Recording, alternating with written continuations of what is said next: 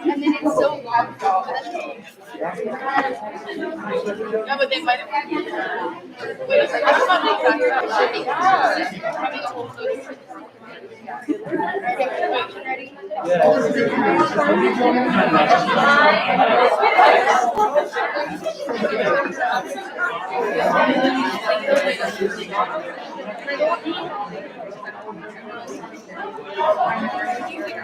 yeah. I read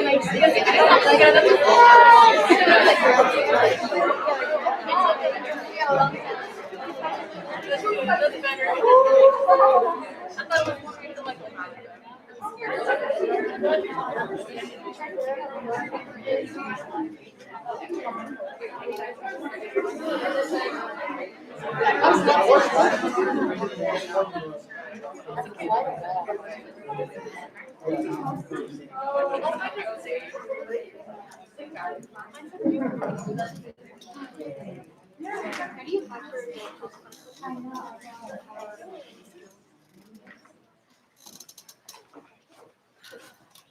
Good afternoon and welcome, students, faculty, staff, family, and friends, to the 2021 Nursing Light the Lamp ceremony at the University of Texas at Austin. I'm Alexa Steifbergen. For those of you who haven't met me or might be online and don't know who I am, I'm the Dean of the School of Nursing. So I'm so happy to be here today and get to celebrate this very special occasion with you. Some 170 years ago, Florence Nightingale used her lamp as a beacon in the night to comfort and guide the care of the wounded in military hospitals. Her light has blazed a path of service through the countless nurses who have followed in her footsteps. Today, our Light the Lamp event celebrates the flame of Florence Nightingale's legacy. And I want you to reflect for just a moment on some of the key themes of her legacy and how important each of these remains today. Some of these themes are use of evidence, what we might call research, ventilation, clean air, and the ability to access it, especially important, right, during the time of the pandemic, personal and household cleanliness. We could add schools and labs and clinical settings, patient observation, proper management of the environment, and advocacy. Most importantly, Florence Nightingale taught those very first trained nurses, and they did call them trained. We don't call you trained nurses today, we call you educated nurses. She taught them the skills and habits of observation and assessment, including what and how to observe and how to report facts rather than opinions. And I know that even as very beginning nurses and nursing students, that you have learned those skills as well. So today, we symbolically take up our own lanterns of compassionate, competent caring, each in our own way, to more brightly walk our own path of service to the world. Through humanistic, patient-centered care, let each of us be keepers of that flame and emphasize a value that has been at the center of what we teach and practice at the University of Texas at Austin School of Nursing. You are our 11th group of students who will take an oath to provide compassionate care prior to beginning your clinical experiences at the School of Nursing. You're just the second group to take the Nightingale Pledge to provide high quality and compassionate care. And the lamp lighting ceremony formally recognizes a student's entry into the nursing profession. And I'm sure you and all your family and friends that might be watching know how much work you've put in to get to this point of entry. And congratulations. So as part of today's ceremony, each of you will receive a specially designed pen for nursing students to serve as a visual reminder of your commitment as a nurse to provide competent and compassionate care. And you will also receive a tea light as a symbol of the lamp and knowledge. By having the School of Nursing host today's Light the Lamp ceremony, I am reiterating to you, our Longhorn nursing students, two very important messages. First, that competent, compassionate care is the hallmark of clinical practice. Notice I put those two together, competence and compassion. You've got to have both, the competent part, which is the skill and the knowledge, and the compassion, which is essential. Second, we at the School of Nursing take great pride in having you represent Longhorn Nursing as you embark on your clinical experiences. So this event is not only a ceremony, but also a celebration of the high quality and skilled healthcare and service that you as Longhorn Nursing students provide to the community. I know that some of you have already had the opportunity to work in our vaccine clinics, and you're going to have more opportunity. And I will can't tell you how many emails I get from people telling me, they all report back on you, on how the nursing students did. And these are all kinds of people out in the community, but it's just been such an absolute positive community service. And again, you are representing us well, and you will continue to do so. We're pleased now to have one of our faculty members, Dr. Anna Todd, to provide the keynote for today's ceremony. Dr. Todd is a strong exemplar of the very intelligent and compassionate care that we are recognizing today. So, Dr. Todd.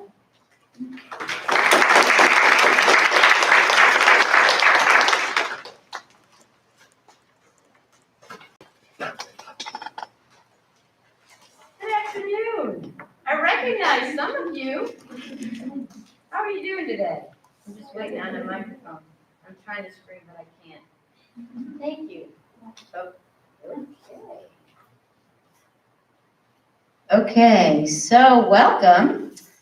So today I want to talk to you about compassionate care. Okay. So over the last few semesters, you've learned in theory what it means to be a nurse, and now you're going to be able to provide nursing care at the bedside and in the community. You'll be applying what we call the art and the science of nursing. Today, I'll focus on the art of nursing through compassionate care. The dictionary definition of compassion is as follows, quote, sympathetic consciousness of others' distress, together with a desire to alleviate it. So when I asked the majority of my 5 children to define compassion/compassionate care, these were the following comments. Quote, compassion is when you put yourself in the place of the person who's in need of help and take action to make it better. That was my then college senior political science major. It's not just sympathy.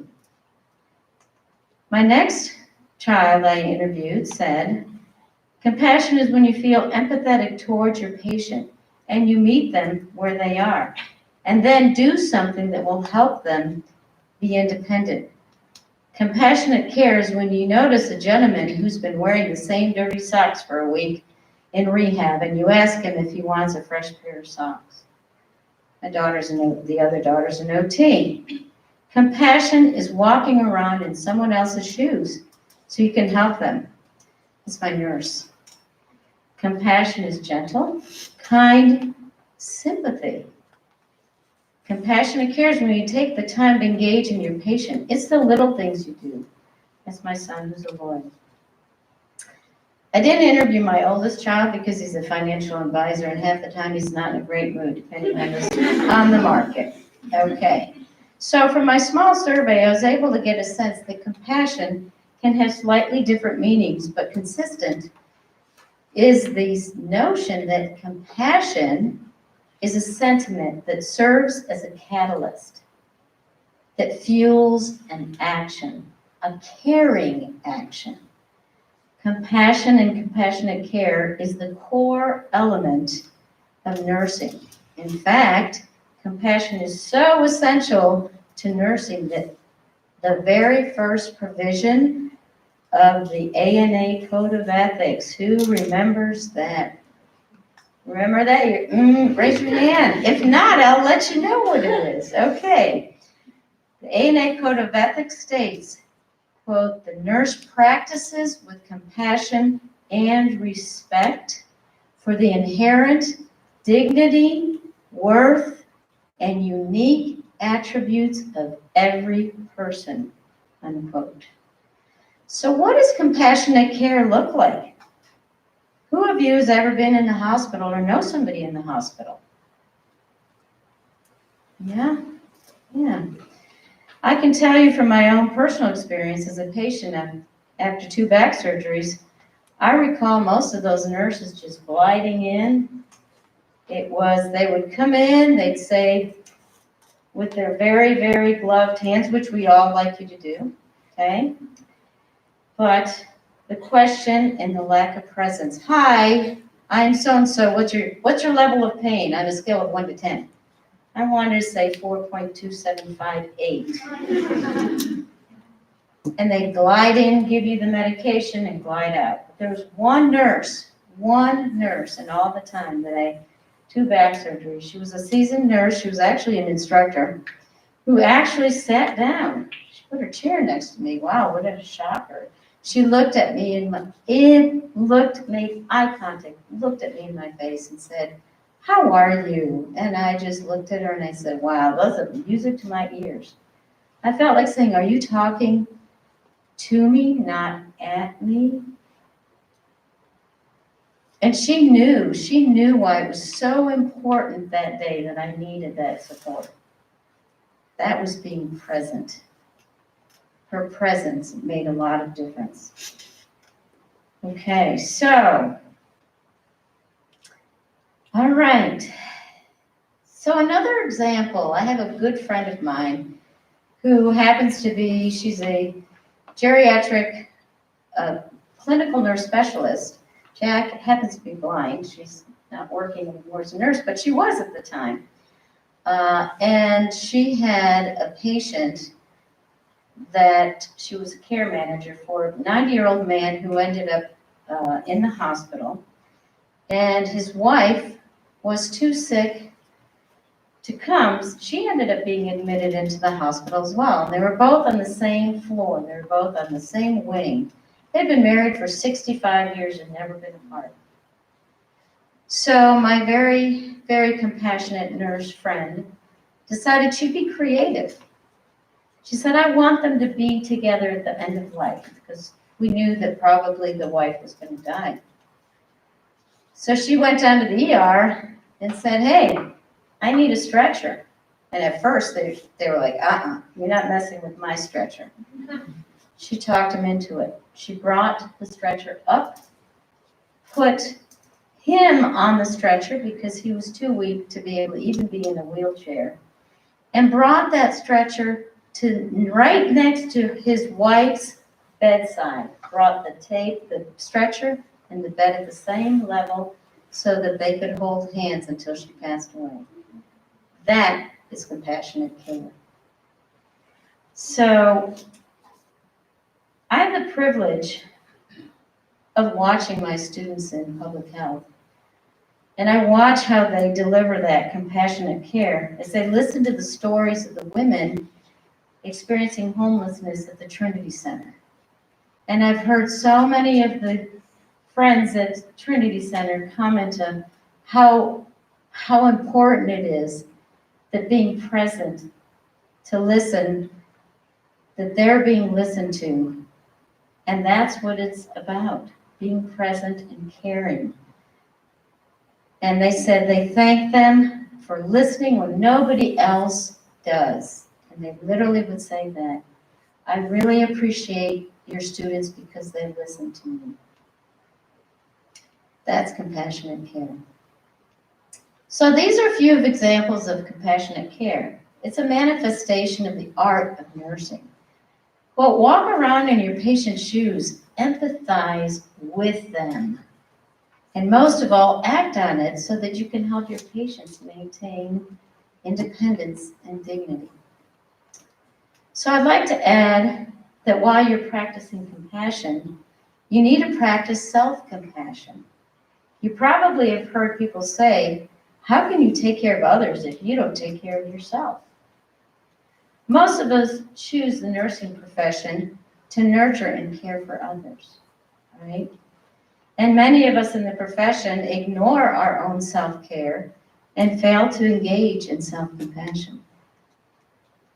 So Kristen Neff, she's a renowned expert in self-compassion. She happens to be a professor here at the University of Texas at Austin.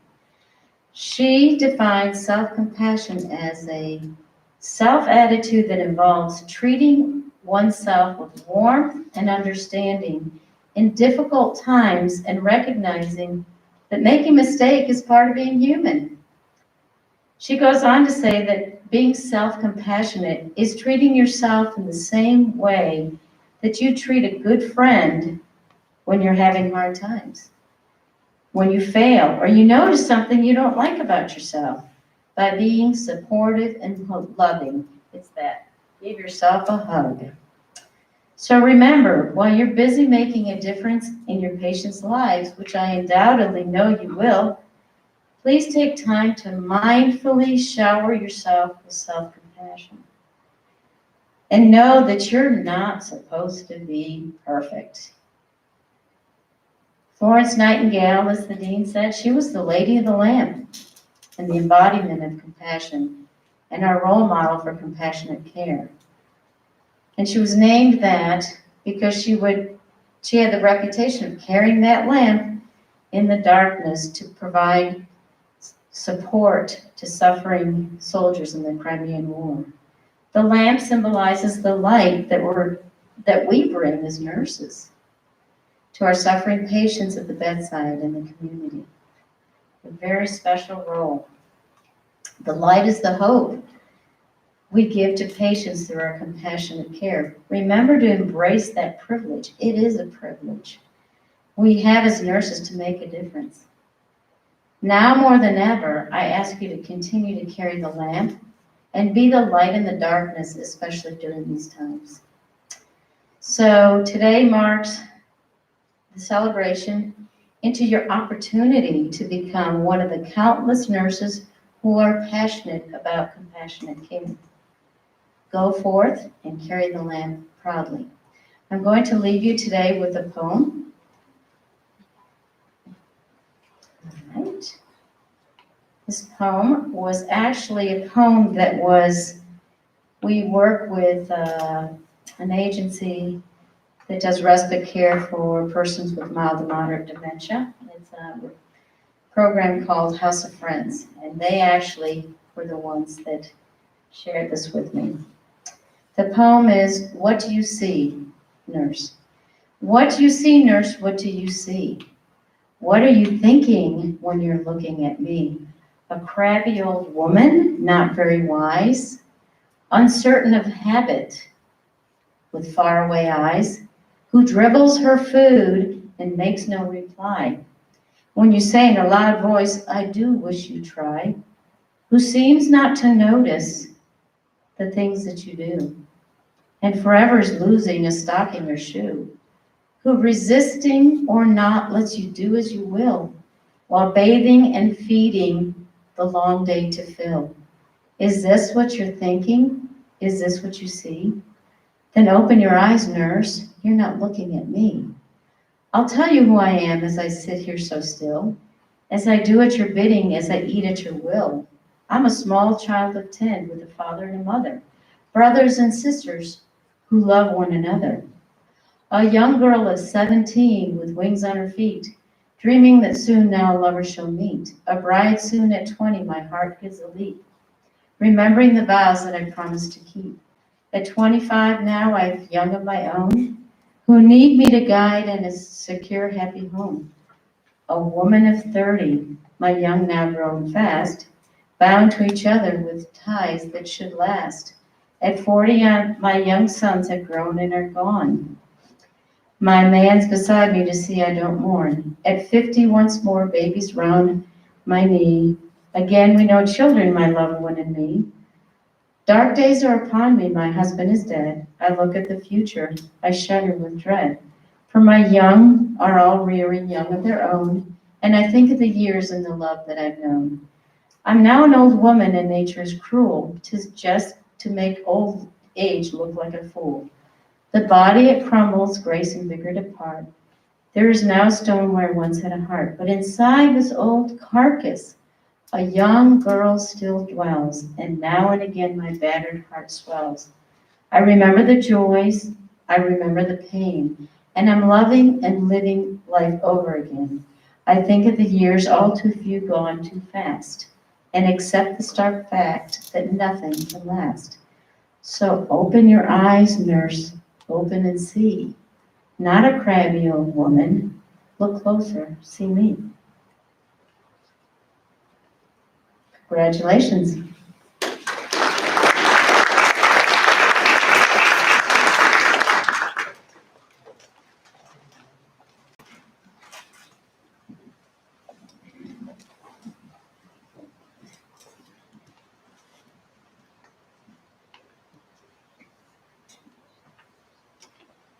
Thank you very much, Dr. Todd, for sharing your lived experience and your wisdom with us.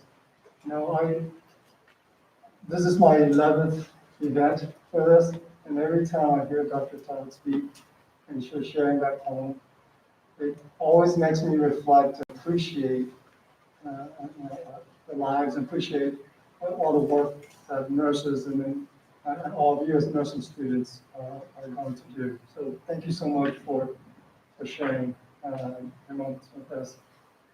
Students, hopefully you remember me. My name is Vin Nguyen. I'm Assistant Dean for Student Services.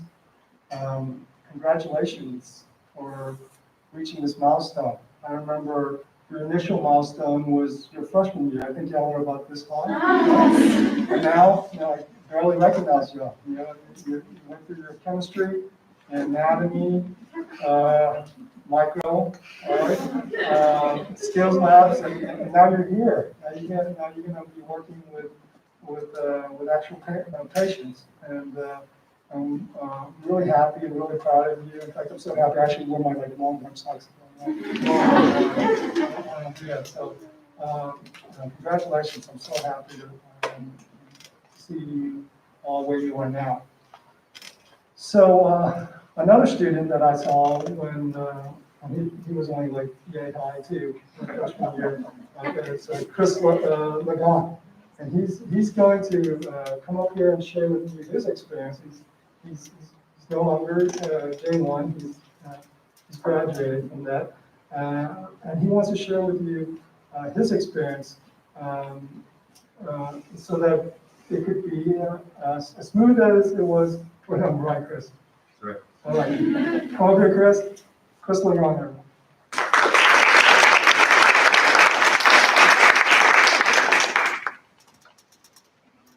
You hear me?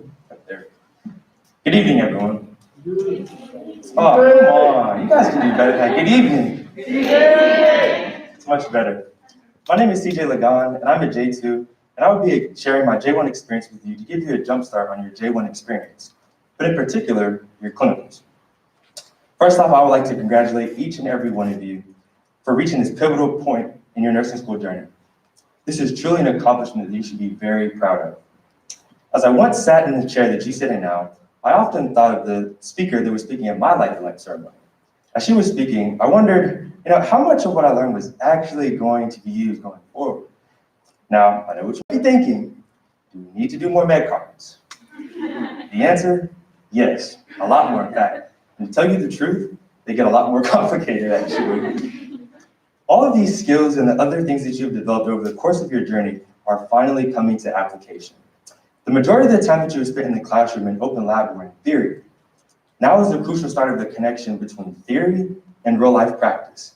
And as you will learn throughout the semester, the two are often very different, and that's okay. On clinical days, you will be expected to prepare by reviewing past medical and surgical histories, determining nursing diagnosis, and other pertinent tasks. One clinical day that is cemented in my memory was on November 2nd, 2020 at 6:36 a.m. Yes, I remember the exact day and time. The day before this happened, though, I started to gather medical information on my patient that took hours and hours to complete. While doing this, I thought to myself, I'm a good student, I should go above and beyond by acquiring even more information on my patient. Little did I know that this is not where the bulk of my learning would actually come from. Fast forward to the next day, it's 6:36 a.m., as I said before, and I am searching the computer to find my patient. I'm looking, I'm going to the MAR, the patient list, all of that, but I soon find out that my patient has been discharged home. All of the work that I did the previous day is now completely and utterly unusable.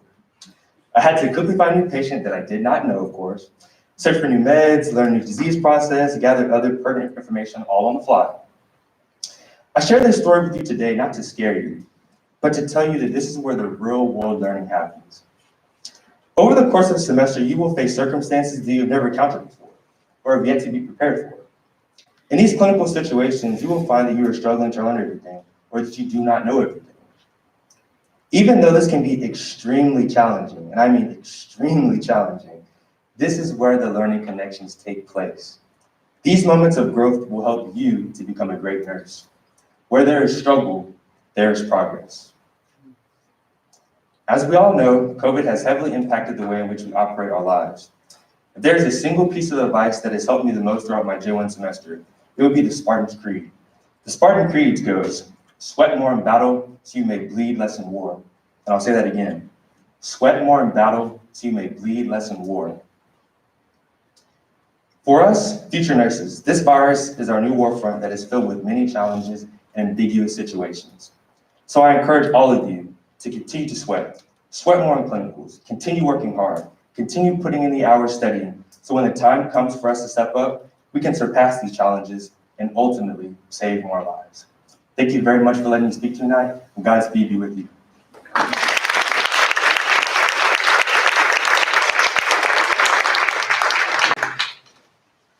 Thank you very much, Chris. J1, no sweat. All right, so this next part is going to be the pinning part. And we have 3 faculty that are going to work with us in the pinning. I'm going to call their name, and they could just stand up, and then eventually they'll come up here.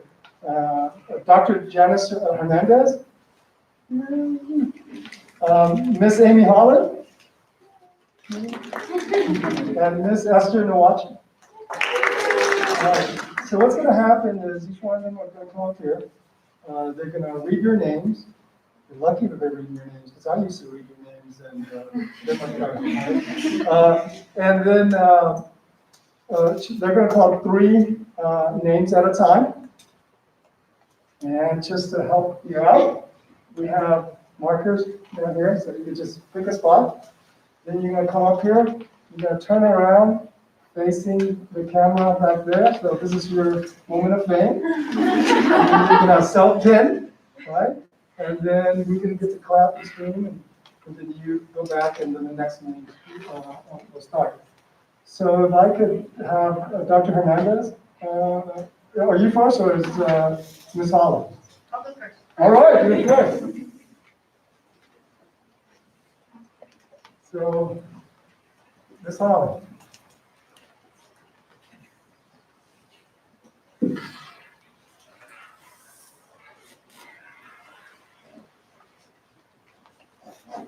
Can you hear me? Okay, all right, here we go. All right. All right. Rayleigh Calhoun, come on up. Adriana Chavez. Karina Diaz Santini.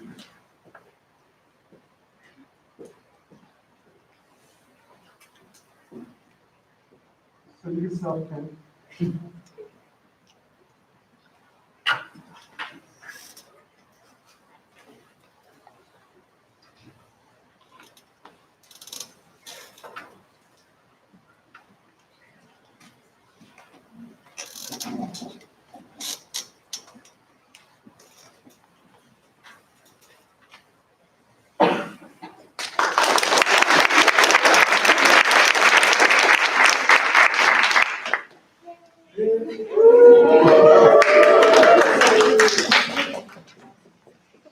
Eunice Kanyongo, Tran Lee,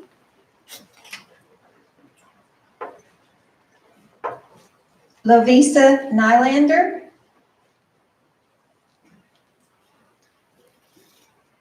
Kiet Pham,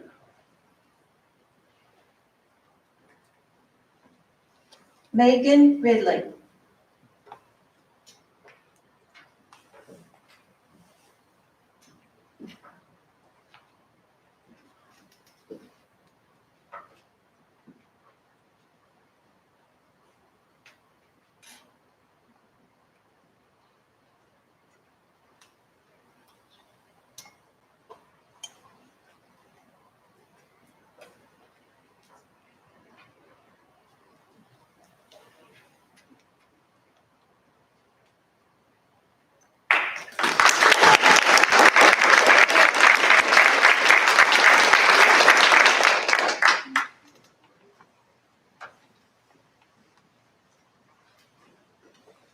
Okay, I just have one more student, so this is going to be a little bit awkward. Allie White.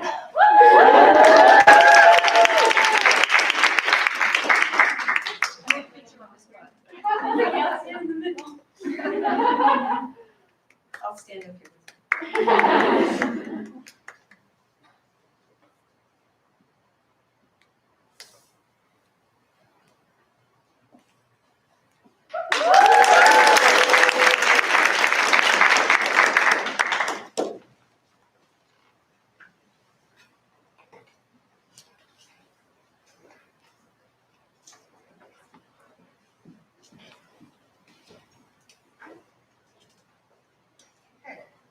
Next on our list.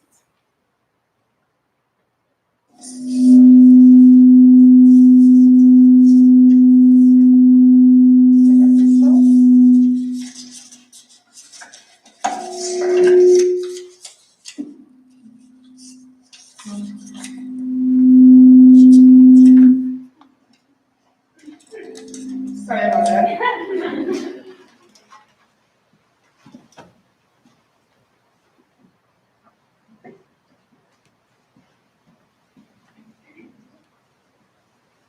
Next on our list is Hannah Ella.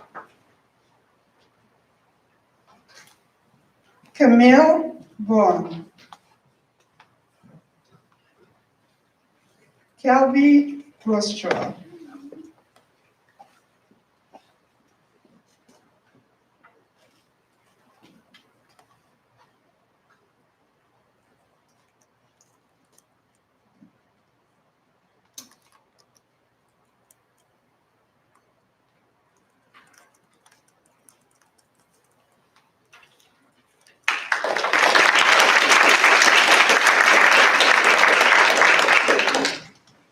I have Chantal Cardwell, Julia Delagula, and Charlotte Kaminsky.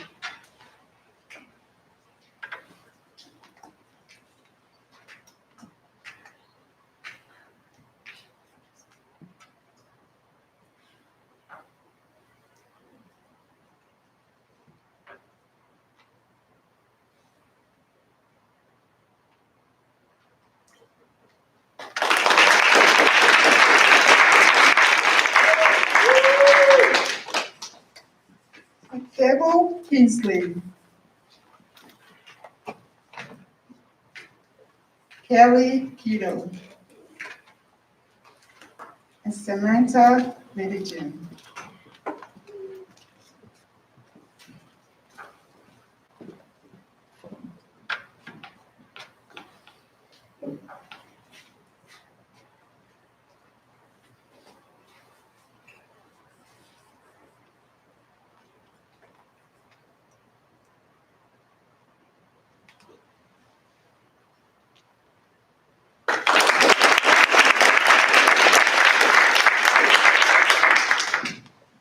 Kendra Miller, Emily Manning,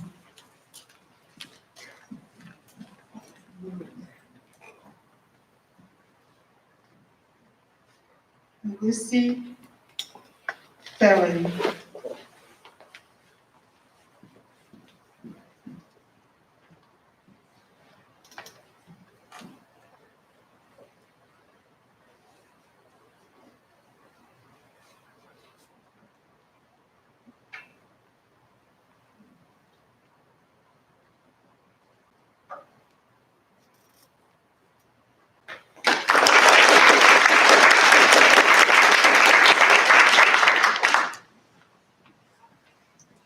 Maria Ramatuena.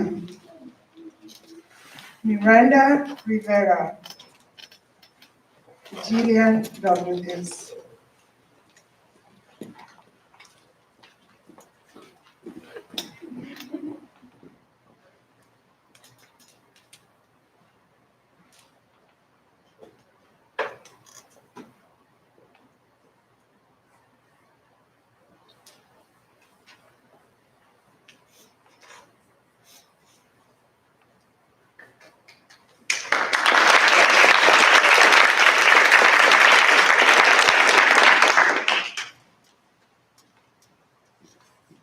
Peyton Roku.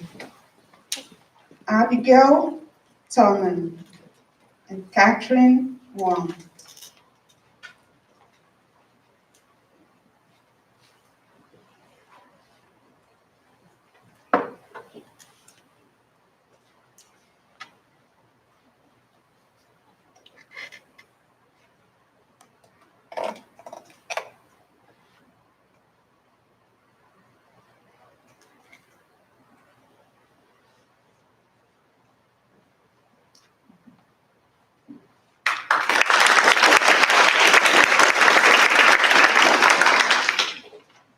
And the last two, Madison Wood and Mikhail Wood.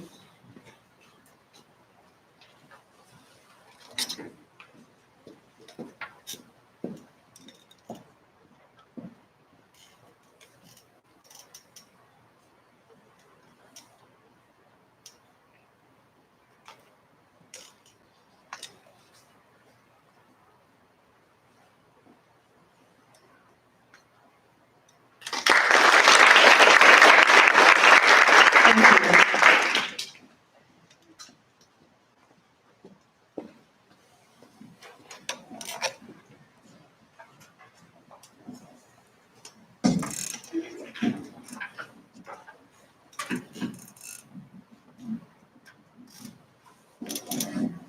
Hi, everyone. Good to see you all. Okay. First person is Hannah Ahuja.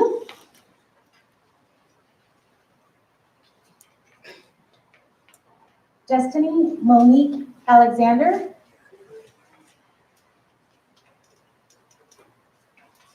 Maribeth Bayarena.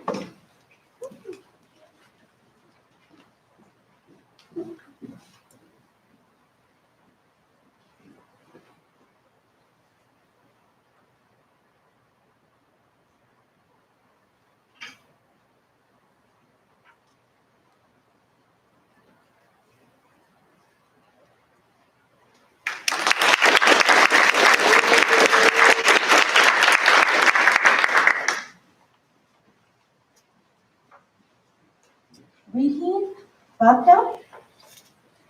Jenny Dangma.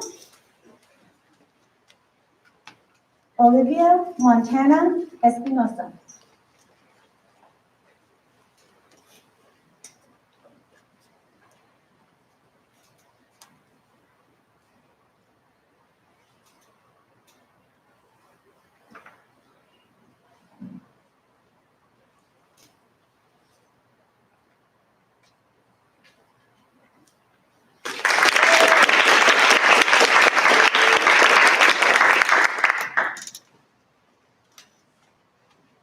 Carolyn Fowler. Nicole Tatum. And Gayla Husen.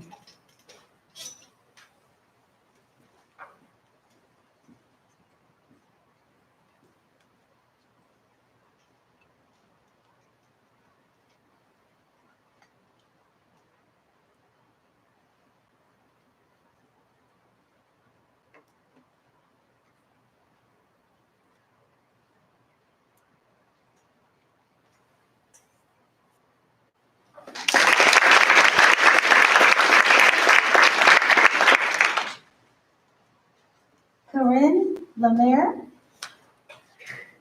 Mary Loeb, Lorraine Lundberg.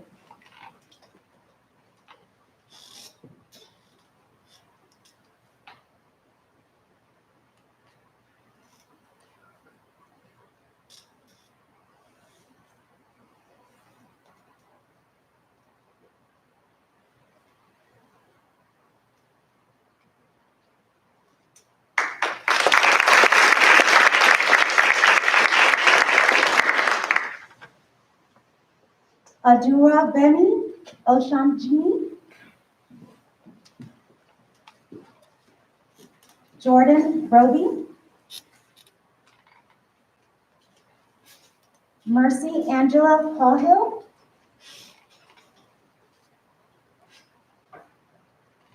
Vanessa Saru,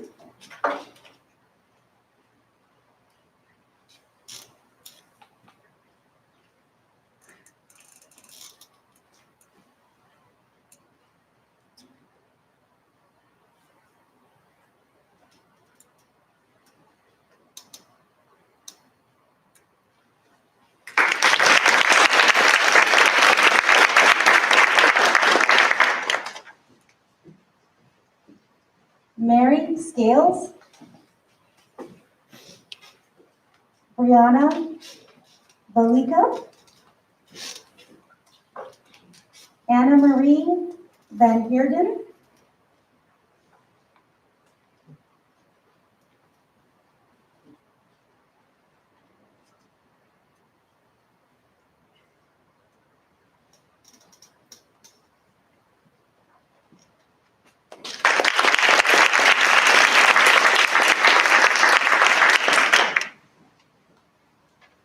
Allison Wong,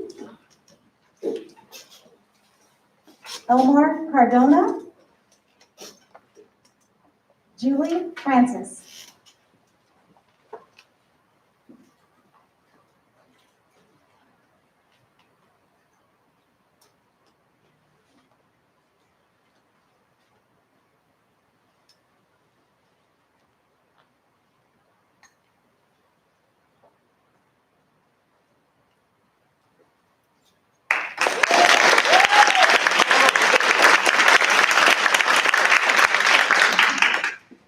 Joyce Garcia, Amani Unique Jacques, and Sydney Jones.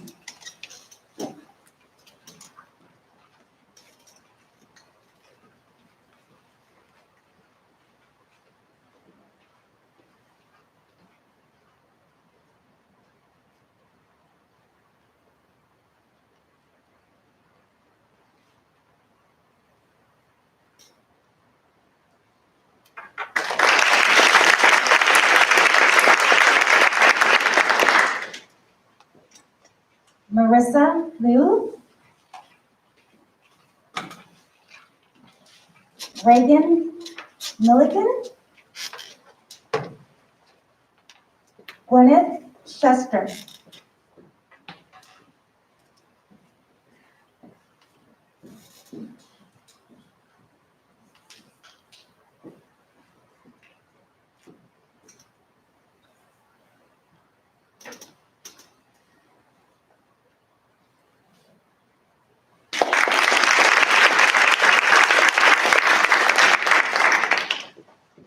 Eliza Schaefer,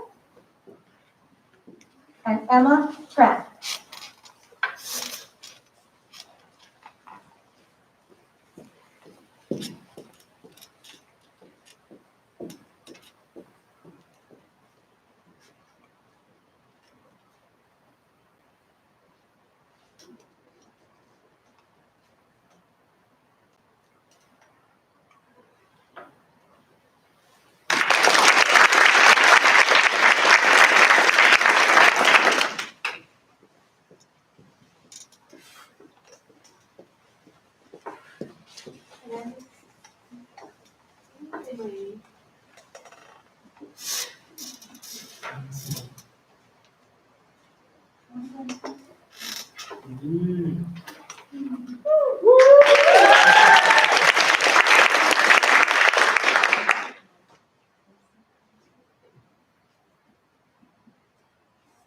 Last but not least, Daisy Alonso.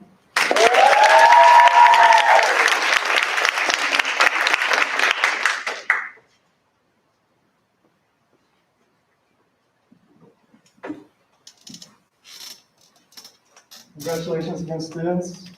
So there was no self-clicking, your self-heading, so that you passed the first part of the exam. Yes, did we miss somebody? Did not go. Would you please come?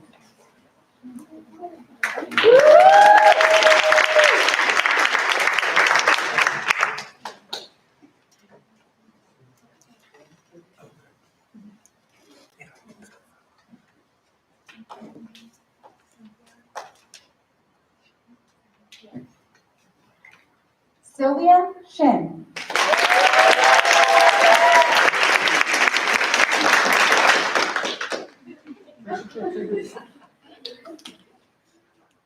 Thank you all. Now I'm going to say, and if you all can repeat after me, the Nightingale Pledge. Each one of you have the pledge right next to you. And we will say this together. Yes, will everyone please stand?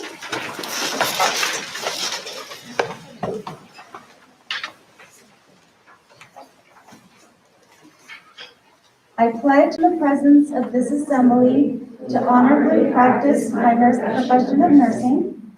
I pledge to be the best nurse I can be by applying evidence-based practice, engaging in lifelong learning, collaborating with colleagues, educating those in my care. I will do these things remembering quality patient care is my main priority. I pledge to communicate effectively with my patients and colleagues and to promote teamwork in order to provide optimal care. I pledge to always remember my patients are not just my patients, they are people just like me. I pledge to be an advocate for my patients in the most tumultuous times of their lives. I will practice patient and family-centered care, and I will make time to listen to my patients' fears and stories. I pledge to practice with integrity. I realize that nursing is not simply a discipline, it is an art, a science, and a way of life. Caring is at the center of my being, and I will exude it in all interactions. I pledge to do all of these things, remembering I make a difference in the lives of my patients each day. Thank you.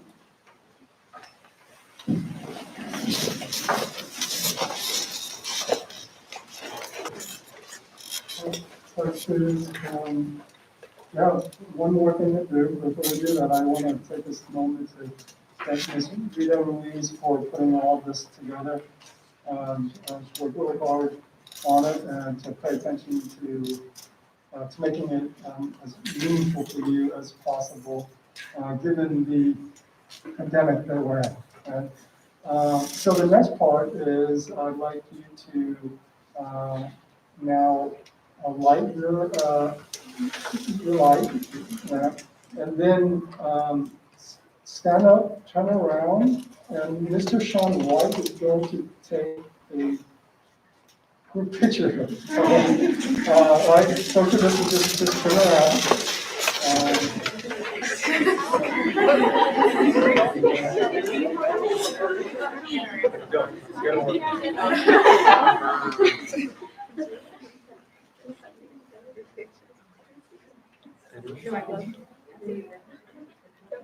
Don't blow it up.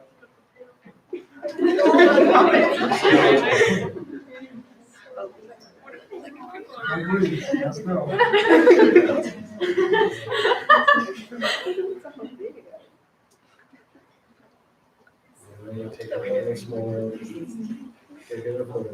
A little bit longer, Sean. We're going to dim the light a little bit so that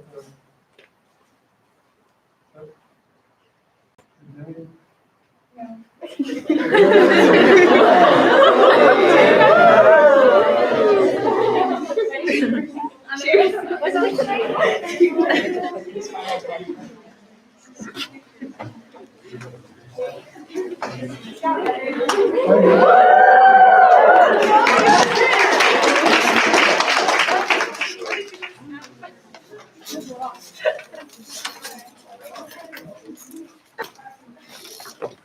it.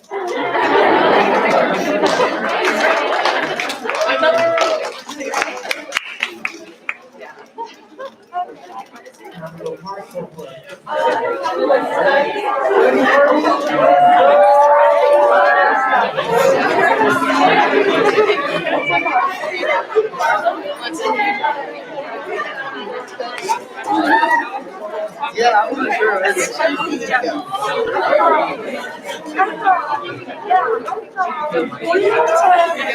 I did. I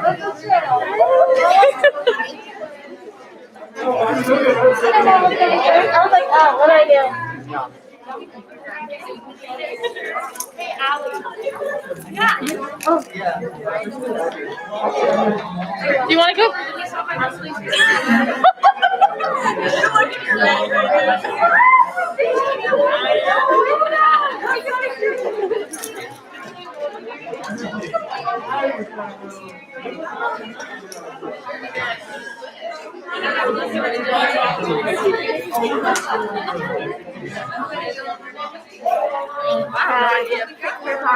I know.